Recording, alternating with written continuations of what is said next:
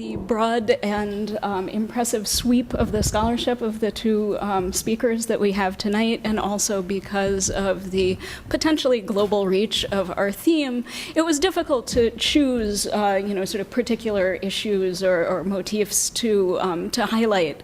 But I'm just going to make a few remarks that I hope relate to a couple of the things that our speakers have written about over the years, and that I think address a little bit of, sort of the tensions and the sort of fertile relationships that emerge when we think about cosmopolitanism and religion. For a person following media coverage of world events in America today, it might well appear that religion represents a category antithetical to the cosmopolitan. Religious identities and practices often appear as irreducibly parochial, fiercely localized, or even atavistic. The sacralization of place and the boundedness of faith communities sometimes seem to militate against the mobility, neutrality, and connectedness associated with the cosmopolitan ideal. Whereas cosmopolitanism connects, we sometimes believe that religion may appear to divide, whereas religious beliefs may appear grounded in non-rational or non-negotiable commitments that are difficult to translate across faith boundaries, posing obstacles for communication and consensus about issues of shared concern. Such patterns are easy to discern in coverage of Islam, whether in the wake of the Iranian Revolution or in the lead up to the war in Afghanistan, for instance. Imagery of veiled women was used to communicate irreducible difference. More recently, similar imagery has been used in European campaigns against the wearing of face veils and even the building of mosques. And I didn't bring any PowerPoint or anything of that sort. I think most of us who have been following the American media have, for instance, seen the amazingly striking images that were produced in Switzerland recently relating to minarets. In this context, the image of a veiled woman is used as emblematic of the immigrant who can't be assimilated. On a more abstract level, Islamic law is sometimes seen as an intractable obstacle to the spread of international human rights standards. New and historically anomalous as they may actually be, for instance, the application of allegedly Islamic corporal punishments appears to many as a timeless feature of religious law. However, what may appear at first glance as manifestations of the local, the parochial, or even the regressive are from another perspective often precisely manifestations of the cosmopolitan. A few years ago, I did research in Yemen. Images of fully veiled Yemeni women are iconic in photographs and travel posters of the capital city, Sana'a, all of whose historic center is a UNESCO World Heritage Site. Elderly women wear brightly printed cotton wraps, which in the US would be sold as bedspreads in Indian import stores, along with face coverings of cloth boldly tie-dyed red, black, and white. A somewhat younger woman, or an older woman venturing somewhat further from her home, might wear an all-black veil known as a sharshaf, while a yet younger woman would wear a tailored full-length black coat, or balto, with a matching headscarf and face veil. While each of these outfits appears timelessly quaint and ineffably Yemeni when pictured in a tourist photo, in fact, each of them reflects a different moment in the cosmopolitan history of Southwest Arabia. The Indian printed wrap reflects the imported textiles that have long flowed into Yemen through the far-flung trading networks of the Indian Ocean. The sharshaf is rooted in the cosmopolitan influences of the Ottoman Empire, while the newer balto reflects the links of labor migration, media, trade, and education that now link Yemen with the wider culture of the Gulf. Even older styles of veiling can manifest newer forms of cosmopolitanism. One elderly woman I encountered had a sharshaf made of imported East Asian nylon, printed with a pattern of tiny satellite dishes. On a broader and more abstract level, Islamic law can sometimes be imagined as timelessly other and problematically resistant to universalistic or internationally recognized standards of equity or inclusiveness, and this is a problem that Professor Naim has gone a long way to addressing. Islamic cultures have a long history of intellectual reflection on issues of justice and right governance that draws liberally and self-consciously from pre-Islamic and non-Islamic sources linked with Greece, India, and Iran. However, the pre-modern legal tradition, more narrowly conceived, focused on the authority of divinely revealed commands and the hermeneutical means of extracting new rules from such authoritative textual sources. At least in theory, many medieval jurists held a nominalist or voluntarist view of ethics, which is something Professor Elshtain has written about in another context, that affirmed the goodness of whatever God commanded. In other words, what God commands is the right by definition, and denied any human ability to discern ethical right or wrong without the aid of revelation. And this, this framework might, and this is the kind of thing you encounter in textbooks on Islam, it might lead you to assume that this sort of puts this kind of legal discourse outside of the domain of interreligious or intercultural dialogue, that you sort of believe it or you don't. However, even scholars who adhered to this theological position often posited that God had, in fact, freely chosen to structure the revealed law around the pursuit of comprehensible social goods. Because of this, their analyses can be powerful even for people who do not share their commitment to the revealed texts they analyze. For instance, when Al-Ghazali, who died in 1111, argues that the social benefit of deriving information from torture is outweighed by the interest that each of us has in not being tortured, his logic is very little dependent on any parochial religious commitment, textual as his analysis may be. An even more significant development occurred when the controversial but influential 13th to 14th century scholar Ibn Taymiyyah argued that ethical right and wrong were, in fact, discernible to the human intellect, and that the formalistic argumentation of traditional Islamic law should be reformed by more direct reference to issues of justice and social utility. His major innovation was to argue that, in the final analysis, there is never a conflict between revealed texts and sound human reason. They both come from God, and they are always in harmony. Those of you with some familiarity with Islamic thought will know that, at least retrospectively, Ibn Taymiyyah is best known as a stern textualist who advocated the overthrow of Muslim governments that don't adhere to the Sharia. His dual roles as a political and textual hardliner and as an intellectual affirmer of the universality of human ethical and political reason suggest that cosmopolitanism can be a double-edged sword. Ibn Taymiyyah affirmed justice as a humanly accessible standard by which both Muslim and non-Muslim rulers could be judged and, in fact, rewarded by God. But is it perhaps in part, although certainly not wholly, this ambitious universalism that makes the thought of his religious heirs so challenging in the eyes of many Western observers? A direct genealogy leads from Ibn Taymiyyah's ideas to those of modern thinkers like the Egyptian militant Sayyid Qutb, who, despite his ideological stance of confrontation with the West, drew on international discourses such as medicine, psychology, and social science to argue for the unique compatibility of the Quranic model of self and society with human nature. Indeed, I'm going to end, and I will end in a moment, by arguing that the image of religion in general, and Islam in particular, as indigestible to a cosmopolitan world because of its timeless particularism, is balanced by an equal unease about the idea that many forms of Islam may be far more cosmopolitan than that some would wish to realize. The disquiet with which the American media have covered Euro-American converts to Islam who have engaged in extremist activity, a very small and unrepresentative, but sometimes intriguing group of individuals, suggests the unsettling recognition that Islamic discourses and other religious discourses of various kinds have enormous translatability across space and culture. It is not merely their communication through new technologies, but their cross-cultural appeal that gives them dynamism. When Sayyid Qutb chose to frame his understanding of Islam as a dynamic ideology in competition with Marxism and capitalism, rather than as a privatized religion in competition with Judaism and Christianity, he expressed an aspect of this issue. But this is certainly not limited to such explicitly politicized forms of religious discourse. More recently, scholars have analyzed a number of different manifestations of Islam internationally, from the so-called New Veiling to Islamic banking, as alternative modernities whose powerful appeal is rooted precisely in a renewed Islamic cosmopolitanism. So I'd like to introduce our speakers. I believe Professor An-Naim is going to speak first. Yes. So I'm very honored to introduce Professor Abdullahi An-Naim. He is the Charles Howard Candler Professor of Law at Emory Law School.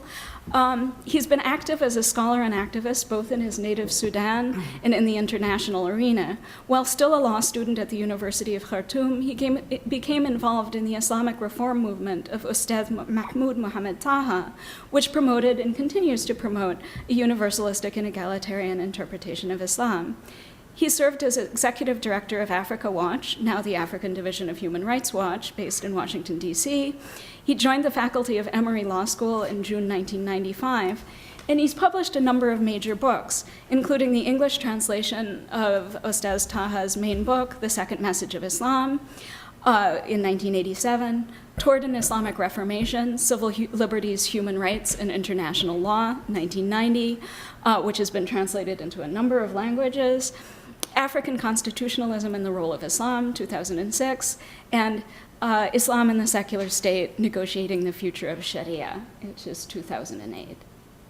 I'd also like to introduce our other wonderful speaker, Jean Bethke Elshtain, who is the Laura Spelman Rockefeller Professor of Social and Political Ethics at the University of Chicago Divinity School. She received her PhD from Brandeis University. She joined the faculty of the University of Massachusetts Amherst, where she taught from 1973 to 1988. She was the first woman to hold an endowed professorship at Vanderbilt University. She was appointed to her current position at the University of Chicago in 1995. Her wide-ranging and celebrated books include Public Man, Private Woman, Women in Social and Political Thought, Meditations on Modern Political Thought, Women and War, Jane Addams and the Dream of American Democracy, and the list is really too long to complete here. But it is an enormous honor and pleasure to introduce our speakers. Thank you so much, Marion. Thank you for being actually inside on a gorgeous day like this. That is particularly appreciated. And I think it is, I'm delighted to be part of this conversation and to say that as was already hinted at by Mariam, my quest is personal. My effort to reconcile my Islamic convictions and identity with commitments to universal values of human rights and cosmopolitanism is personal. So I try to be scholarly about it, but I must admit that my personal ambition and drive is really what the questions are about for me. Now, my understanding of the broad question, and I think the discussion part is going to be more interesting, so I will keep my introduction to a minimum. The question that I understand is primarily posed is whether cosmopolitanism can find common ground with religion. And my short answer is this is not only possible, but it is in fact necessary for cosmopolitanism itself to be viable and relevant. So it is not a question of competition between or exclusive mutual inclusion or exclusion of the two. For me, what I will argue for is that they are mutually interdependent. That religious belief and experience and practice, in fact, benefits from, thrives on the spread and practice of cosmopolitan values. So it is not in the least very much like, I'm glad that you mentioned Ghazali, and to understand that there is a very deep tradition in the Muslim history of efforts to come to terms with the universal and to anchor oneself in an understanding of the self in a universal frame. To cite another early Muslim scholar, Abu Hanifa, who is the founder of the Hanifa school, which is the most widely spread Sunni school, who did his work in the 8th century. He spoke of the Adami, meaning the human. So to him, the human is a category entitled to rights. So there is nothing new in that sense, but there are new conditions under which our understanding has to adapt and maybe evolve in some respects. The first remark I thought I will start with, so as I said now, just to be clear, that I will actually argue that religion and cosmopolitanism are mutually interdependent, not antagonistic in the least. But of course, I need to say more than just simply that short answer, I understand. So the opening point I wanted to make is what I call the dialectic of ends and means. That is, that the means, my teacher, Ustad Mahmoud Muhammad Taha, used to say that the means has to be inherent to the end. That you cannot achieve, of course it's a familiar idea, you cannot achieve good ends by bad means. That there is a mutuality and sort of a synergy and dialectic between the two. And from that point, I need to say that as a matter of principle, the concept and practice of cosmopolitanism need to be as inclusive of all human beings as possible and consistent with its rationale. So it is not an inclusive net that violates the integrity of the principle, but it is an inclusive net that drives inquiry about what the principle means and how we can make it as inclusive as we can. Because it is sort of, so I'm making here a conceptual point as a matter of principle, I think, that cosmopolitan needs to come to terms with religion for it to be true to itself, to its own claims. And maybe our discussion can unravel some of that too. Second point I would make at this point is simply realistically, cosmopolitanism cannot survive and thrive as a philosophical principle or political doctrine, whatever you think of it, if it sees itself in competition with religion. You cannot exclude a fifth of the world population or face them with a choice of either joining your cosmopolitan project or remaining Muslim and expect cosmopolitanism to survive and thrive. So it is both as a matter of principle as well as a matter of pragmatic expectations and reality.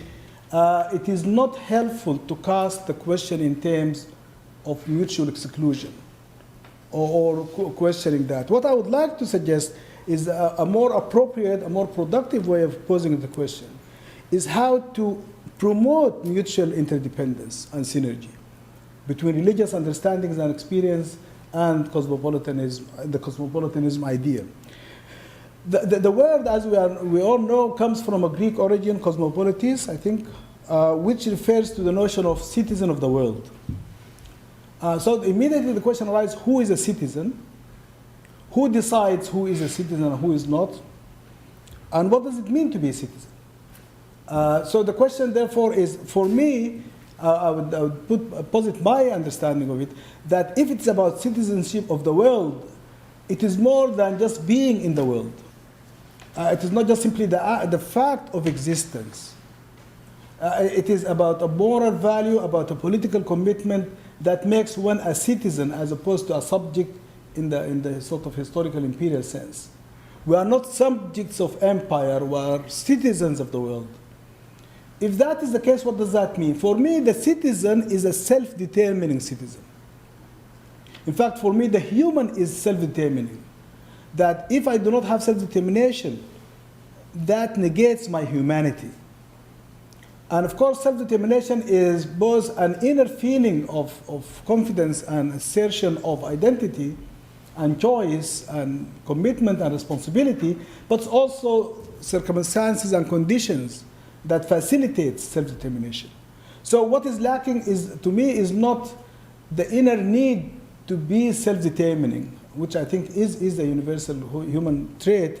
It is how conditions, our social and economic and political conditions, hamper or facilitate the ability of people to be self-determining. And to me, self-determining, what it means in this context is that who decides who is a citizen? The subject herself. That is, I decide that I am a citizen, and I decide what that means, and that is inherent to my being human. Nobody else can decide for me whether or not I'm a citizen. In this sense, we're not talking about citizenship in the sense of legal entitlement and political affiliation, which in fact cosmopolitanism tries to move away from. It is making a claim about global citizenship, that we are all members of the same community regardless of our narrow political affiliations. So to be an American is not inconsistent with being a citizen of the world. And as I would argue, to be a Muslim is not inconsistent. It is a question of rather what I do about it, how I understand it, how I advance the claim, rather than the a priori, I never managed to say that word. It's not like a preemptive rejection of the possibility.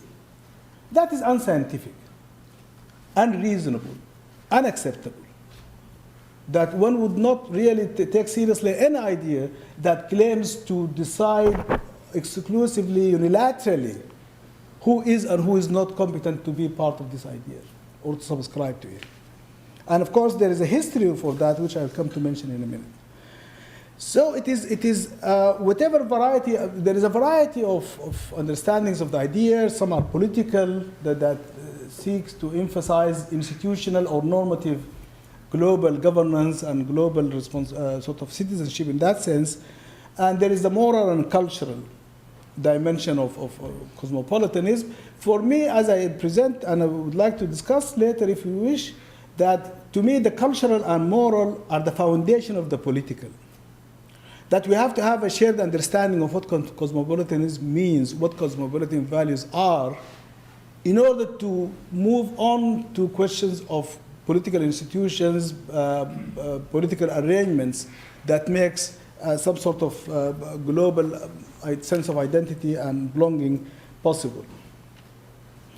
So it is therefore, when I say moral and cultural, it is about values and relationships that can build a global community. So the cosmopolitan claim, just not as opposed to just simply a wishful thinking notion. It's not just simply a romantic idea of wouldn't it be nice if we are all one community. I think the responsibility of anybody who makes that claim is to be specific about how is it and how do we go about making that global community possible. So it is a challenge to whoever claims to be a cosmopolitan. It is not a privilege or an advantage that some of us enjoy and sort of decide to exclude and include people at will. So it is about consensus building. It's about mutual respect. It's about shared commitment to social justice. So we can try to be more specific about what are the values of cosmopolitanism. How do they come about? And how do they play out in the world? What are our responsibilities given those values? To move on, as I promised to be brief, to speak about Islam, and the point, obviously, there are some parameters to what qualifies an Islamic discourse. Some sort of framing in terms of sacred texts, and experience and history, intellectual history, political history. So the term Islam and Islamic can be used in a variety of ways, but in relation to that broad concept. But factually, Islam has, or Muslims rather, because it's always about Muslims, not Islam in the abstract. And it's always useful and helpful to focus on the Muslim rather than on Islam. In terms of, for one thing, in terms of the reality, there is no Islam in the abstraction. Islam is what Muslims have understood it and practiced it to mean over time and in different places. Because if you just talk about an abstraction of Islam, who decides that abstraction? Who describes it? It's a human being ultimately. So the point for me, it is about Muslims, and when you talk about Muslims, you will see that diversity, extreme diversity, has always been the hallmark of the whole tradition historically. From the day the Prophet died, Muslims disagreed and have continued to disagree fundamentally, radically, sometimes more unfortunately, violently. But difference and disagreement is the hallmark of the whole history. And I think Professor Katz can maybe elaborate in our discussion in terms of the magnitude and how profound and how persistent that diversity has been. And it continues to be today. And again, just simply to glance across the globe and to think that we are talking about 1/5 of humanity. According to the CIA Book of Facts, 2.1% of the total world population are Muslims, meaning that they are self-identify as Muslims. But what does that mean in Central Asia? What does that mean in Indonesia, in West Africa? is really quite different from what most of us would assume Islam to mean, drawing on some Middle Eastern experiences. I mean, so we have to be very modest and careful in terms of the claims we made about the tradition. Its diversity historically, its intellectual diversity, and so on, and demographic diversity. The second point about being Muslim is conceptually that it is a quality, it is an identity that is inherently ambiguous, contested, and difficult to define in categorical terms, that it is always a function, a product of human interpretation.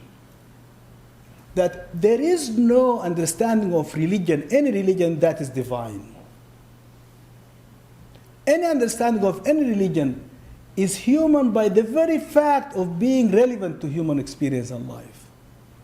So for Islam, for someone to claim that there is something abstract, pure, divine called Islam, that is irrelevant.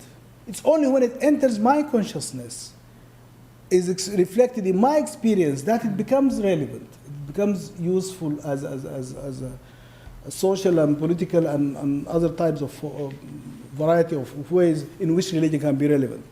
So therefore, the question for me is very much to emphasize the human agency in constructing any understanding of Islam, historical or contemporary or future. There is no possibility of being Muslim other than exercising judgment as to what it means to be Muslim. And nobody else can adjudicate the question except a self-determining Muslim who decides to identify as such. Of course, people would claim the position, but I'm saying that it is really untenable to claim that, to define who is a Muslim and then to apply that definition across the board to 1/5 of humanity to decide who is and who is not. Second point I want to make about Islam and Muslims is that historically, that the question of Sharia, which of course a term that we have to bring up here, sometimes people talk about fiqh, which literally means understanding. And some people will try to say that Sharia is divine, but fiqh is human. My point is that if there is something divine about Sharia, it is irrelevant to human experience until it becomes fiqh. It is only when it's understood and experienced and practiced that it becomes relevant. So therefore, it is not humanly possible to identify a Sharia principle that is not a fiqh principle. But the term that Muslims tend to use is Sharia, so we'll use that term. My point is that Sharia has always been historically constructed, that it is not something that is just come ready-made, divine in revelation. Revelation itself is in a human language. The methodology of interpretation was humanly constructed. The whole field of usul al-fiqh, that is the methodology of interpretation of Islamic sources, was developed by Muslim scholars. You will not find it mentioned in the Quran or in the hadith of the Prophet. The first 3-4 generations of Muslims would not understand what you mean if you tell them there's something called usul al-fiqh that we use to elaborate principles of Sharia out of Quran and Sunnah and other sources. So it is very much implicated in the human throughout, and that is, I think, is a very important point to make, because if Sharia is humanly constructed, in fact, it has always been adapted to living conditions, to contextual factors, political, economic, and otherwise, but it can be reconstructed all over, altogether. It was constructed to begin with, and it can be reconstructed anytime.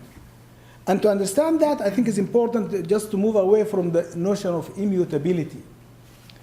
That yes, there is a level of fidelity to the Quran and Sunnah to make a discourse Islamic, but that is a very broad and very diverse tradition and experience and so on. What this process of adaptation needs to take at this point is under conditions of post-coloniality. And colonialism and post-colonialism is a fundamental fact of consciousness, of experience for the vast majority of the world, especially in Africa and Asia. To American audiences, including American scholars, I have not seen appreciation of colonialism and what it means. And the fact that we continue to have colonialism in the 21st century, and that this country is responsible. This country is a colonial power at this point in history.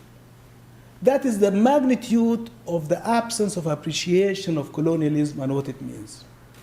So when we talk about Muslims, we are talking about post-colonial subjects. That is, people who have experienced historically and consciously the notion of being colonized and dominated by foreign powers and continue to be so.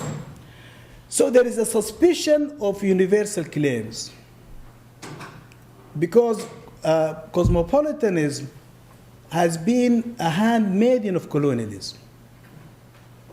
Claims of European cosmopolitanism have been devised to advance the so-called white man's burden, to go out and civilize the world. And by the way, that phrase by Kipling was said about the United States. The poem that Kipling wrote about, in which he used the term the civilizing, the burden, the white man's burden, was written to justify and to glorify the American colonization of the Philippines at the end of the 19th century. So those factors are extremely important and relevant to understanding why people are suspicious of universal claim, or universalizing claim, rather. I would make a distinction between universalizing and universalist. That is, if someone projects her understanding or his understanding of a value to be universal because it seems to her or him to be worthy of being universal, that's a universalizing. That is a colonizing, an imperialist claim.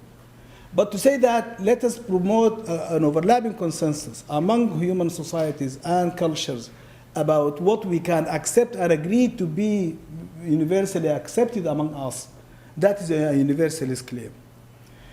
The second factor, I think, in which we have to do this rethinking is globalization.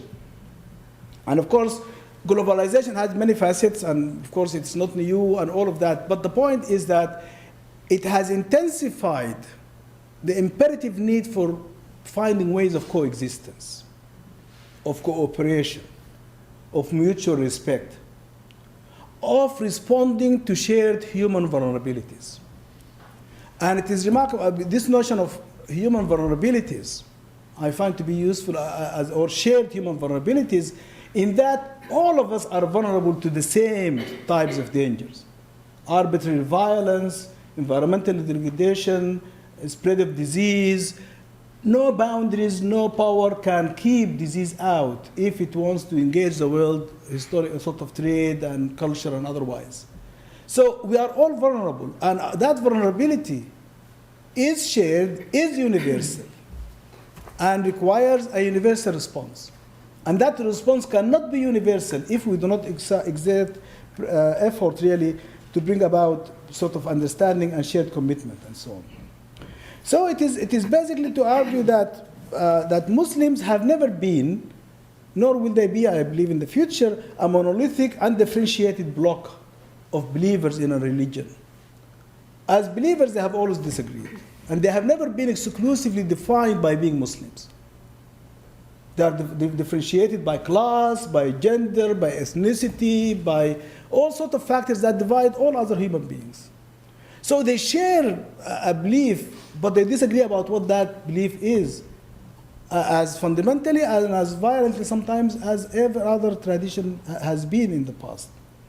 The notions of ummah, which is sometimes invoked as if it is to spread this blanket of universal uniformity of Muslim belief and practice, is a myth. There have never been a truly universal ummah at any point in Muslim history. It's an ideal, it is an aspiration, but it has never been a political reality or a social or cultural reality in Muslim history. But the idea itself opens the door, I think, and maybe here going back to what Professor Katz was saying, in terms of there are precedents in Muslim thought that can be explored and developed to promote, as I say, notions of overlapping consensus, multi-layered overlapping identities, that to be a Muslim is, to myself personally, is crucial to my self-identity, but it is not exclusive. I share many identities with many people, including many of us in this room, without being Muslim, who are not Muslims at all. So the point is that if it is at all possible for any human to be cosmopolitan, it is possible for a Muslim to be cosmopolitan. And we should not exclude that possibility. The question is, basically for me, it's a question of shared values. Those who share these values, regardless of their reasons for the commitment to these values, are entitled to claim identity and to claim being part of that movement. And if we emphasize values, then we can emphasize the possibility of inclusion. The question is persuasion. Make your case why we need to have these values and to share them and what makes them valuable and right. They are not just simply right because they sound good. They have to be more than that. They have to be pragmatic, they have to be realistic, they have to acknowledge history, they have to acknowledge power relations, they have to acknowledge the realities of colonialism and neo-colonialism and so on.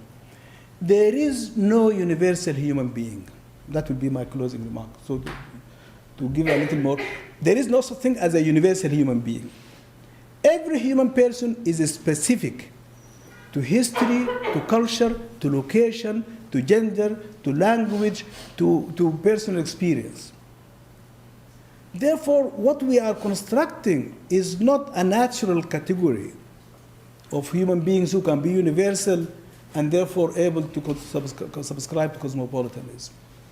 It is an effort to create this possibility of overlapping consensus, intercultural, cross-cultural understanding, keeping our identities solid and staying firm to them. It is not to say that I don't seek or I don't value being a Muslim, but my understanding of what it means to be Muslim is to be able to coexist and to cooperate with other human beings. As indeed the Quran defines the term. There is a verse that is very famous and quoted all the time, to the effect that we have, I'm blocking on the verse, but I will translate it roughly, which is that we have made you into different peoples and tribes so that you can cooperate and get to know each other.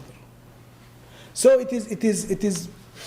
Let us, I hope that to conclude with this, let us engage in a conversation that seeks to promote universal shared understanding of what cosmopolitanism means and forfeit forever the pretense and the claims of imperial universalizing doctrines. Thank you very much. Well, thank you very much. I'm delighted to be here. I want to thank Carrie, there she is, Barrett, for all her efforts to bring this together. And I'm pleased to share the podium with such distinguished thinkers as Professors Katz and Anaim. I will be approaching the topic from a slightly different angle, informed by, although we'll wind up in some similar places, informed by political history and political thought. Now, in many discussions, there is always a sort of whiff of moral superiority that comes with the word cosmopolitan. I think one should acknowledge that and then get past it. That is, it doesn't advance the discussion, and this is a point that Professor Anaim made, to locate religious faith and commitment prima facie on the parochial, particularistic side of things, and enlightenment and universal consciousness and other high-sounding things on the other side of the ledger. So we need to get past that sort of whiff of superiority. It was the case among the 18th century intelligentsia in Europe. The notion of the cosmopolite was often that of the Luftmensch, the person who was sort of in the air, was at home anywhere, which is to say nowhere in particular. One could drop into cultures, be there for a period of time, and then move on. You traveled very lightly. Here, as I was thinking about this topic, I thought of Milan Kundera's great novel, The Unbearable Lightness of Being. Some of you surely know that novel. One of the female protagonist is very light indeed. She's born in Prague, but she finds a home in Switzerland.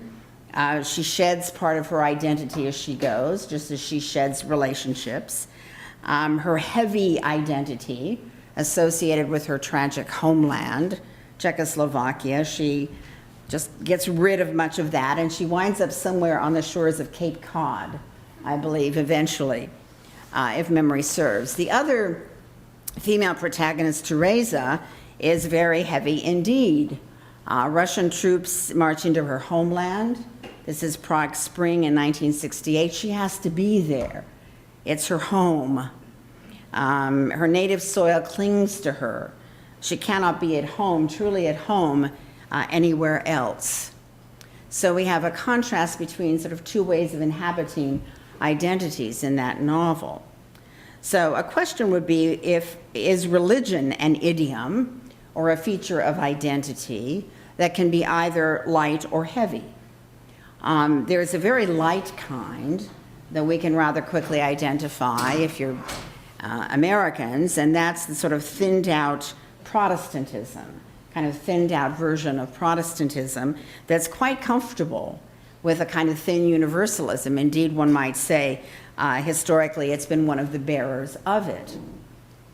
But thicker religious identities, that's a more difficult proposition. The faithful Muslim, the faithful Catholic, the evangelical Christian, several forms of Judaism, these are strong faiths with strong claims on their adherence. And most often we think of the claims of faith, strong faith, in light of the claims of national identity. How do faith and citizenship, national citizenship, comport? How is religion enacted in the public sphere? Telling a faithful Christian or a faithful Muslim or a devout Jew to practice their faith only in private runs directly counter to the requirements of a faith that involves forms of public expression. Now here I have an experience that is instructive to, I seem to have done that, don't I? May I just, is it okay if I close this? All right, to report. For the past 4 years, I've been part of an ongoing dialogue with Arab Muslim scholars called the Malta Forum, because our first meeting took place on the island of Malta. Now, during our second meeting, which was held in Casablanca, I think we made a bit of a breakthrough. What we from the US had been hearing during our previous discussion was that a thoroughly secularist society was entirely unacceptable from a Muslim perspective. And we kept saying, well, there's secularism and then there's secularism. Then not all forms of the secular are identical. We insisted that America's way of treating the issues of faith and civic life were significantly, importantly different from the French tradition of laïcité, for example, which was itself then actually reflected in Ataturk's revolution in Turkey and involved a hard separation, not only between church and state, but between politics and religion on the level of civil society and civic expression. And this, interestingly enough, not in the name of no religion, if you'll forgive the double negative, but of a kind of religion of the state, that there should be a kind of civic religion. Certainly that was the project of the French, the makers of the French Revolution and ardent defenders of the laïcité tradition in the aftermath. But in America, it was a different story. Separation of church and state juridically, no establishment, but plenty of intermingling of religion and politics on the level of civil society, part of the free exercise portion of the First Amendment. Now, this demonstrated, we insisted, that you could have a secular state, but at the same time a society that wasn't totally secularized at all. That is to say, a civil society in which concepts and ethics drawn from faith, in which symbols of faith, in which concerns and enthusiasms that were faith-inspired might find a home, and indeed historically did. And at this point, we would usually run over part of the enormous list of great civic movements inspired by faith in American history, including, of course, Martin Luther King and the Southern Christian Leadership Conference. Not the Southern Cosmopolitan Leadership Conference, the Southern Christian Leadership Conference. Now, where does cosmopolitanism enter in any of this? And perhaps we can work by analogy from laïcité and the contrasting American experience.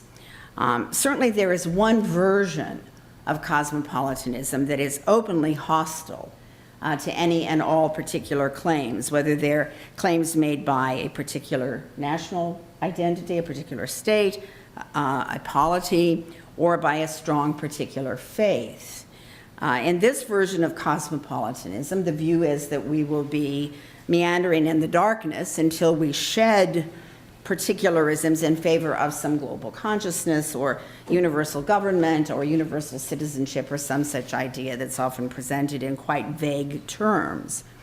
But this is not the only alternative, surely.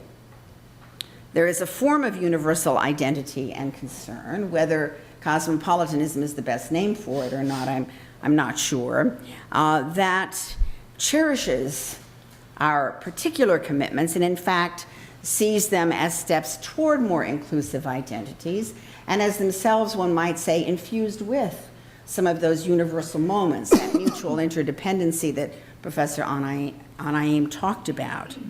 Now, you certainly don't start out in a universal someplace. If you think about human beings, about everyone in this room, we know how we all started out. We started out as helpless infants in a very particular place. That's usually called home. And then it's as we grow older that our horizons extend, our vision expands. We can see others within a variety of contexts. The universalism that is most robust never loses its contact with the particular. There's a back and forth with strong particular commitments. Now, in an essay that goes back some years now, a political theorist perhaps known to some of you, Michael Walzer, spoke of thick and thin identities. There's a problem if it is all one or all the other. If it's too thick, we can become mired in a kind of dogged nationalism or ethnocentrism, or a very defensive and bristling understanding of faith. That is, we may not only be adherents of our own faith, but hostile towards the claims of the faiths of others. It's too thick, if you will, too closed. But if it's too thin, then we have no real commitments at all. Nothing matters to us very much. The great political philosopher Hannah Arendt once insisted that you cannot be a citizen of the world as you are a citizen of a particular polity. Now, why did she say that? What did she have in mind? Well, she was talking about concrete forms of responsibility and accountability. It sounds nice to say you're a citizen of the world, but what does it mean concretely? You know, what is demanded of me? What is required of me? What can I do? What on earth does that mean? It might mean, for example, that we would want to, if we think of citizenship in a more universalist way, we might want to extend certain citizen rights under the rubric of hospitality or in and through some other understanding to those who are not citizens of our own polity, who are, if you will, foreigners. But that very act, that extension, turns on a strong notion of civic standing of a very particular sort. So you see again that back and forth. You can think of sort of failed attempts at creating a universal something. Even on the level of language, the project of Esperanto, which is now just a joke, the notion we could get some universal language that we could all speak. But it had no meaning. This project failed and failed miserably because it was entirely invented. It was not thick with life, as are our mother tongues. And they're called mother tongues for a reason, because they nurture us, they help us to grow up, they help us to orient ourselves to a particular place. Now, in my own work in the past, I've suggested that it's a way to try to connect moral intuitions and concrete recognitions to certain claims that are broader than those of the self. I've suggested that one of the reasons we can respond, for example, to the cries of the homeless is because we know what a home means. So we have some idea of what it means to be homeless. We can respond to the orphan because we know what a family means. We can respond to, Hannah Arendt was talking about deriving her insights from the experience of being a Jewish refugee from Nazi Germany. We can respond to the dilemma of being stripped of citizenship because we know what citizenship means.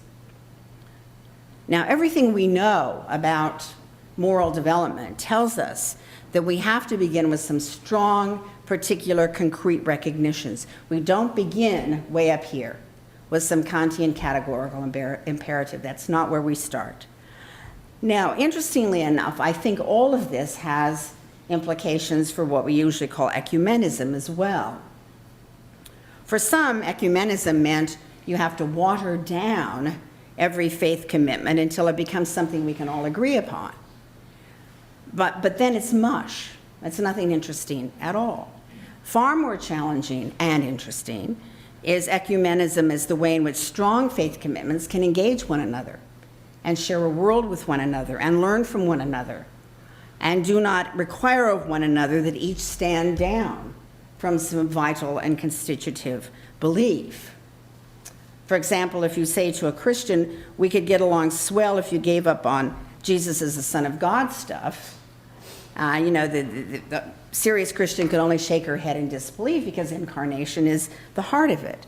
And without that, you can have a kind of sentimentalized version of doing good, but it's not Christianity. And I know there are analogous beliefs for our Muslim brothers and sisters. So, if cosmopolitanism requires sloughing off strong particular commitments and beliefs, then forget it, so to speak. It is not compatible with serious faith. But, and this is where I'm going to wind up, I think, in the same place as Professor Al-Naim, if one imagines a more capacious and complex cosmopolitanism, then one can imagine a dynamic understanding that can accommodate both the thick and the thinner, so to speak. We can find ways to accommodate these identities and find ways in which they enrich one another so that certain universal ideas and claims sort of penetrate our understanding of the particular, and our understanding of the universal is enriched by concrete particular recognitions that have some thickness. Thank you.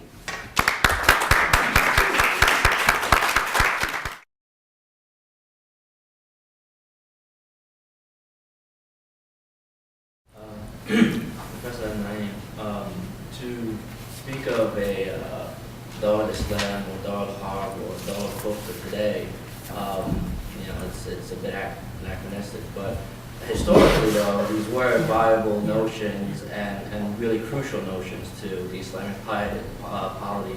So does that not belie, ideas that cosmopolitanism could have been possible in an ideal Islamic environment? No, because the past is not an ideal Islamic environment. The past was the Islamic environment for the Muslims of the past. But the present is the ideal or the potential ideal environment for the Muslims of the present. When I emphasize human agency in interpreting what Islam means and living that understanding, context and history are particularly important. So in the world where Muslims divided the world into Darul Harb and Darul Islam, it made sense. That was the way the world was organized. Now we have possibilities of organizing the world differently. So to insist on the previous categories of Darul Harb and Darul Islam is untenable, is hypocritical. Nobody lives by that today. Even the most ardent sort of claimants of this going back to the roots and so on, they do not live by it. They are, in fact, quite cosmopolitan in many ways. So, but the point is that it is emphasizing that historicity of interpretation of Islam, that it cannot be other than historically conditioned, because it's always understood by human beings who live in history and place, who are anchored in time and place. So those notions are no longer tenable. But in fact, my book, which is called Islam Toward an Islamic Reformation, which was published in 1990, precisely addresses that question, because the subtitle is Human Rights, Civil Liberties, and International Law. And in the International Law chapter, that's precisely what I take on, that it is not viable, it is not morally defensible to talk about Darul Harb and Darul Islam today. Do we have an alternative? Yes. Where is that alternative? In the Quran. Yes, I believe. And so.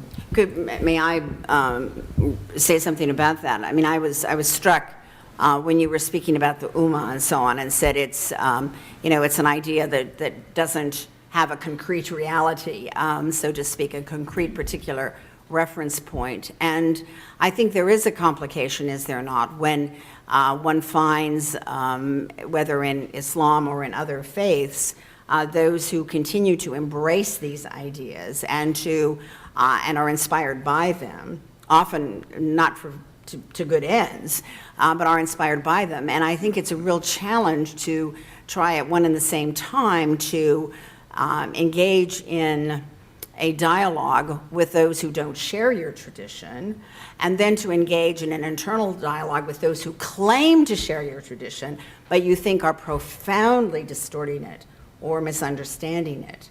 And I take it that part of what you're saying is that this dialogue has a couple of reference points. One is the internal, if I may speak of it that way, and one is outside, so to speak, and arguing that certain ideas that may still seem to have animating force for some, to argue with them that in fact they're functioning in a kind of illusory way, as a kind of illusion.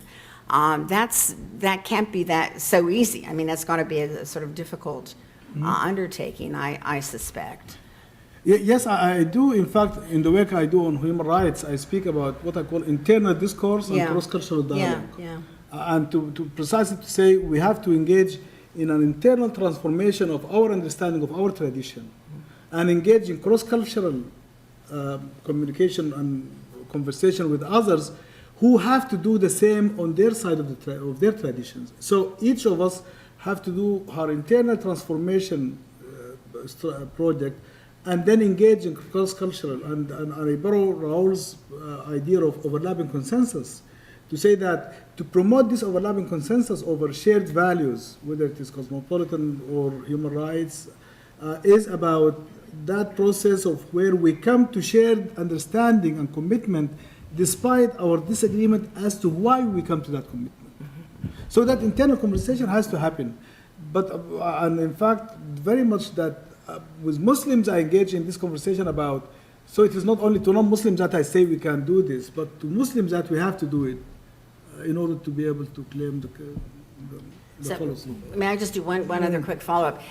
It strikes me then that what you're aiming for, and I think it's it's very important, is not some kind of full and complete sharing of concepts as necessary in order to sort of share a world with one another, but that there are going to be areas where we have profound disagreements, but it's not necessary for us to agree on all of this so long as you're calling it an overlapping consensus on certain areas. So you're looking for something that's stronger than a mere modus vivendi where we just live and let live, stronger than that, but doesn't require that we all agree all the way down, as I understand. And I think that's that for me is again an excellent model for how we think about what I was calling the thick and thin dimensions of our identities as well. Yes, Yeah. I agree. I think you were first. I just wanted to ask a question about what, for a moment, seemed like a tension in what Professor Anaim was suggesting when he suggested that we need to shy away from any suggestion that, or any appearance that cosmopolitanism is a form of imperialism, where we are bringing down our superior Western values of universalism or something like that. And it seems right that if for no other than for pragmatic reasons, that's just a disaster. Right? That's not going to work.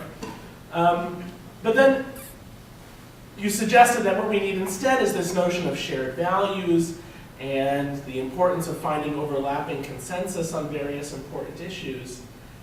And what I wonder is whether there are people in the world to which the very rubric of shared values and overlapping consensus, that sounds like the imposition of some John Rawls. imperialistic Yeah. Western dogma. Yeah. John And Rawls, that- yeah. And so the worry is that even that is going to sound to at least certain audiences like, yeah, whether it's imperialistic or not, the imposition of some universalistic dogma that they don't share. And is there any way to avoid that, or do we just have to? No, there is, you are right, of course, that there is, that's why I said there is profound suspicion of universalizing claims. And that's why I emphasize colonialism. That it is, and the point is that to create conditions whereby that, ultimately at the end of the day, you are never going to get all human beings to agree on anything. But it is a question of creating probably concentric circles of levels of agreement, whereby some people will stay still on the outside of that inner circle of commitment. But it is a question of shared values, not question of religious identity. That is, there are Muslims who can share these values, and there are Christians who will not share these values, and there are Jews who will not share these values, and there are atheists who will not share these values. So it is not that the possibility of shared values is not inclusive or exclusive by virtue of religious faith. But religious faith is one of the factors. Nationalism, chauvinistic nationalism, fascism, ideological sort of Marxism are all embediments to cosmopolitan values. So it is, all I'm trying to say is that to put the religious factor in perspective, not to blow it out of proportion to say that it is the ultimate cause of and denial of any possibility. But definitely there are going to be people, not because they are Muslims, but because they have experiences that makes them suspicious. When you invade Iraq and colonize Iraq, by the way, the United States colonized Iraq, literally in the classical 19th century meaning of colonization. To give it democracy, so what was the justification of that? What was the reason for that? So, and that what keeps, I think when we do that sort of thing, we're making it harder. We're playing into the hands of the Bin Ladens of the world when we behave in this way. And we are undermining people like myself who are trying to argue for the different position because of what we do, not because of what we say. Let me leap in very briefly. I understand exactly what you're saying, that there's a certain language that can arouse suspicion. I'm not myself a Rawlsian, and I don't speak of overlapping consensus, but I think that one can speak of, again, Professor Anaim spoke of these areas where you have sort of shared agreement. You could think of, for example, the Universal Declaration of Human Rights and the range of agreement you get on that. And I suspect that on the table of so-called negative rights, stuff the state shouldn't do to people, you could probably get some pretty strong agreement on that. Once you start to get to the so-called positive rights and entitlements, you're going to have less agreement. But, it's absolutely vital that there be some agreement that there are things that the state is not permitted to do, arbitrarily arrest and imprison people, so on and so forth. And I think we don't have to use, the terms from Western academics, to get at that there's a way we can, approach this. Maybe, to borrow from Aristotle, you could think of a form of practical reason that would lead us, and discernment that would lead us to this sharing, and to these areas of agreement. Although the reasons for us agreeing might be quite different. We might be inspired in different ways. There might be different concepts that undergird our shared commitment to these norms. I think Jeremy was next. Thank you. This is very provocative. I imagine that many of the things that I was going to hit on in my question have already been raised, but I'll ask it anyway. I'm still having some difficulty actually having exact purchase on the definition of cosmopolitanism as opposed to globalization. Yeah, I think there's yeah, a process yeah, versus yeah, project yeah. distinction that deserves emphasis, as well as universalism in relationship to cosmopolitanism. But I guess a way to get at this question, I think it really does pick up on the previous question, is, well, I'll just ask both of you, all of you, whether or not the only legitimate form of cosmopolitanism in the contemporary world is a liberal one, which is to say, does it necessarily presuppose an autonomous individual subject of legally defined rights, obligations, and liberty, which is both the subject and object of tolerance? Because it seems as though that's really at the crux of the matter, because if it is the case that it's only a liberal cosmopolitanism that's legitimate in the contemporary world, then there will be these constant moments of irreconcilable difference, for lack of a better word, that are cast as illiberal, and often it's religion that is the object of this casting of illiberality that seem difficult to overcome. So I guess I just wanted to yet again raise, and not to be overly skeptical or pessimistic, but to raise that as something that should be thought about seriously. Well, I think it's fine to be skeptical. I indicated some skepticism about the cosmopolitan idea in my presentation, given its history and it's the emergence of its meaning historically. You could try to get off the hook on this one by saying, well, it's one of those essentially contested concepts, and we're going to keep having contestations about what it really means, but that would be a way to evade or avoid your question. I think inevitably, given the history of the idea and the way in which it was situated historically, it's going to have about it that notion of the sort of liberal, autonomous subject, subject of rights, even a kind of contractual vision of my obligations, what I individually agree to. And I think it would be quite unfortunate, actually, if that were the kind of singular pathway to something like cosmopolitanism, because there are contrasting ideas, certainly in Western history, that are more communitarian, more covenantal, if you will, involve something, an understanding of the self that is not the kind of stripped down autonomous subject, but again, a self that is a self in relation to others. And I think it would be really sad if some version of cosmopolitanism could not accommodate those kinds of recognitions.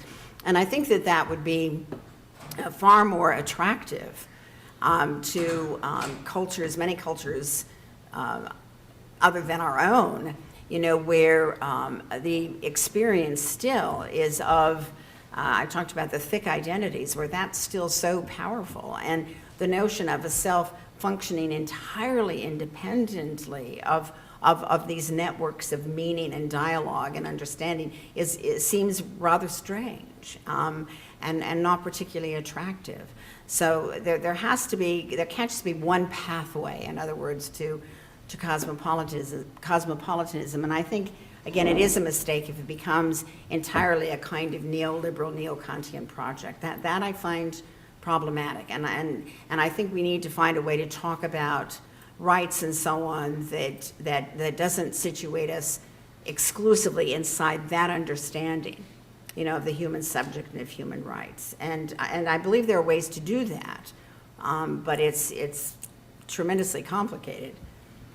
I think your question, if I may add, your question makes the point that he was making, precisely.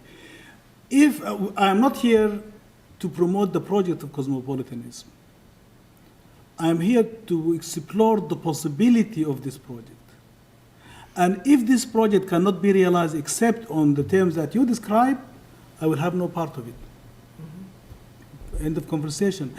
The question is, do I come into this dialogue as myself, or do I shed everything and come to fit this notion of the liberal this and that and the other? The question is, even about liberalism and so on, it is not as if any of these ideas it's not a fact of history, it is not a natural fact. They are projects. Liberalism is a project. And it has started and it will end. There is nothing human that is permanent or universal, truly, in that sense. So the point is that how do you coach the terms of the conversation? If you posit the claim on your own relativism, then you are not leaving me any space to join you. If you coach it in terms that will allow my relativism to be part of the universalism that we construct together, then there's a possibility. So basically, to say that I'm not here to pursue the project of cosmopolitanism. I'm willing to go anywhere to explore the possibility of that project, as the possibility of many other human rights is the one that I subscribe to personally, where we can find the space for cooperation, for understanding, for human compassion, for social justice. And that will not be on your terms only. If it does not include my terms, then I will not be part of it. I think that, just a little footnote to what Professor Anaim has said, you could think of the Universal Declaration itself as a kind of porous or open document. That is, there are universal claims, but the way in which they're embraced and adapted and what undertaken in particular contexts, particular cultures is going to be somewhat different. It won't all look alike. So the project of human rights in South Africa will not be identical to the project of human rights somewhere else. Now, there has to be a core to it, or it becomes absolutely meaningless. But I think that the notion of some kind of open document that is itself, that itself helps people to contest the terms of their own particular identities and to perhaps redefine them or refine them in light of, these universal claims or a culture's acceptance of some of those claims. I mean, that I think is instructive and adds to the richness and complexity of this. So it isn't just, you have this one sort of notion of the ideal, liberal, neo-Kantian autonomous subject, and it's that, or you don't have cosmopolitanism. So I agree with my colleague that if that were the requirement, then I wouldn't be very, very interested in the whole idea. I think it has to be a much richer notion than that. Sir, you've been waiting. The notion of cosmopolitanism is interesting. To me, I view that coexistence is by far a more important issue, both if it's in the same city, call it in the same cosmopolitan city, or in a global arena between countries. Now, clearly there are few necessary conditions. Clearly, if I impose my values on you, that's a no-no in terms of coexistence. Be it colonialism, or say, I'm not hiring you because of your particular religion, particular race, or whatever. If you convert or I expel you, Inquisition of Spain of the Jews in the 15th century, that's a no-no in terms of those issues of either coexistence or cosmopolitan life. Clearly, if religion would be a bit weaker and we all would look the same, it would be much easier test. The difficult test, can I practice my religion, you can practice your religion, and I invite you, I'm Jewish, I invited Christians and Muslims to my Seder, and they loved it. But obviously when I went to the Iranian New Year, to my Iranian friends. That's to me is elements of I respect their religion and tradition, they respect mine, and we are part of quote the cosmopolitan New York City. That's to me is the right direction. The question is when you get fundamentalism in any religion, that's to me starts scaring the hell out of me because people attribute God into the equation and they know and a lot of sins, more people got killed in the name of God than probably any other reason over a few thousand years of. Not in the 20th century. The godless totalitarianisms take the prize there, but you still make a good point. And I agree, I think, except that the question is coexistence. Again, you can use the notion of thin and thick coexistence. So it's just coexistence as we just don't kill each other, or coexistence in the sense of that we share values and experience. Yes, exactly. Yeah. So the one you describe is thicker than just mere coexistence, which is closer to the notion of cosmopolitanism that I would subscribe to. But you are right, fundamentalism is probably the antithetical to all these notions of human rights, of cosmopolitanism. But there are varieties of fundamentalism that are not religious.